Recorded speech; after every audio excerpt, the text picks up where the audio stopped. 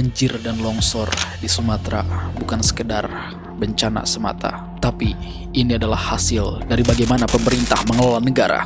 Sejak awal, banjir dan longsor di Sumatera sulit dilihat sebagai musibah alam semata. Bencana yang terjadi ini lebih mirip hasil dari keputusan-keputusan yang mengabaikan sains, aturan tata ruang, dan keselamatan warga. Kita bisa melihat data korban, baik yang meninggal, hilang, luka, sampai jumlah pengungsi. Jelas menunjukkan skala masalahnya. Ketika video ini dibuat, status bencana nasional masih dibahas.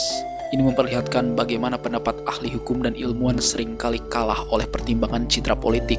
Temuan gelondongan kayu di lokasi bencana jadi bukti nyata bahwa kerusakan hutan dan pembalakan sudah berlangsung lama, membuat tanah semakin rapuh dan mudah longsor begitu volume air meningkat. Bahkan sempat ada pernyataan soal pohon sawit yang sama-sama pohon. Ke depan kita juga harus tambah tanam kelapa sawit, nggak usah takut. Apa itu katanya apa? Membahayakan apa itu deforestation, ya kan? Namanya kelapa sawit ya pohon. Ini menunjukkan bahwa betapa dangkalnya cara pandang yang dipakai dalam membuat kebijakan. Hutan alam adalah ekosistem yang lengkap dan rumit, sementara kebun sawit hanyalah monokultur untuk industri. Menyamakan keduanya hanya mengaburkan masalah sebenarnya dan membuka pintu untuk bencana serupa di masa depan. Karena itu, publik perlu lebih kritis pada narasi resmi dari pemerintah. Penjelasan apapun harus diuji dengan data, logika, dan aturan hukum yang berlaku.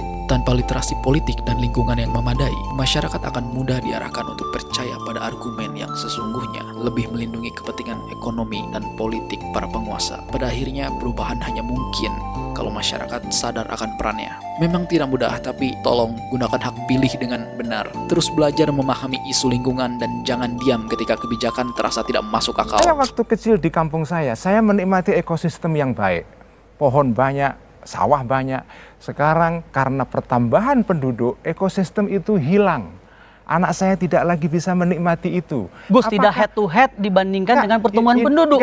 Karena eskapator dengan manusia, emisi yang dikeluarkan beda, Gus. Satu orang, Gus, hanya bisa menebang satu pohon misalnya dalam satu hari. Tapi eskapator bisa menebang ribuan hektar dalam satu hari. Itu enggak head to head, Gus. Ini yang saya sebut dengan Wahabisme itu. Memang tidak akan mudah, tapi tekanan publik yang konsisten adalah cara paling efektif untuk membuat penguasa bergerak lebih dekat pada kepentingan rakyat.